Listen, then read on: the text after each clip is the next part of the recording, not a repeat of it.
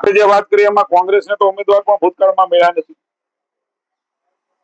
બિનહરીફો ચૂંટણીઓ સ્થાનિક સ્વરાજ્યની થઈ. મને એવું લાગે છે કે આ વખતે પણ કોંગ્રેસ હોય કે આપ અને જનતાનો મત લેવા નીકળ્યા છે ત્યારે જનતા એને ઓળખી ગઈ છે, એમને ક્યારેય સ્વીકારવાની નથી. મારી પાસે જે રિપોર્ટ છે પ્રમાણે પરાણે ઉમેદવાર ઉભા રાખવા માટે ગોતી રહ્યા છે વિપક્ષો. એટલે હારવા માટે ઉભા રહેવા માટેની કોઈ પાર્ટી હોય તો મને એવું લાગે છે કે કોંગ્રેસ અને આ પાર્ટી છે તે હારવા માટે ઉભા રહેવાનું.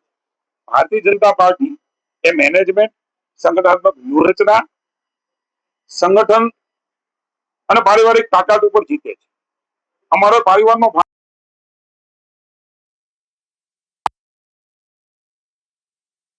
રઝળતા અને રેડા મૂકી દે છે. આ ઇતિહાસ એટલે મારે તો એના ઉમેદવાર જે બનવા જઈ રહ્યા છે એમને વિનંતી છે કે એનો ભયવો ભૂતકાળ જોઈ લેજો. ટિકિટ વાળા બાબતે તમને છૂટા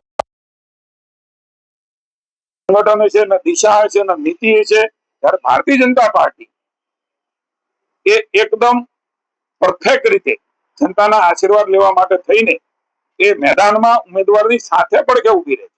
જ્યારે કોંગ્રેસ એ રખડવા મૂકી દે છે. આ તફાવત એ રાજ્યની જનતાએ જોયો.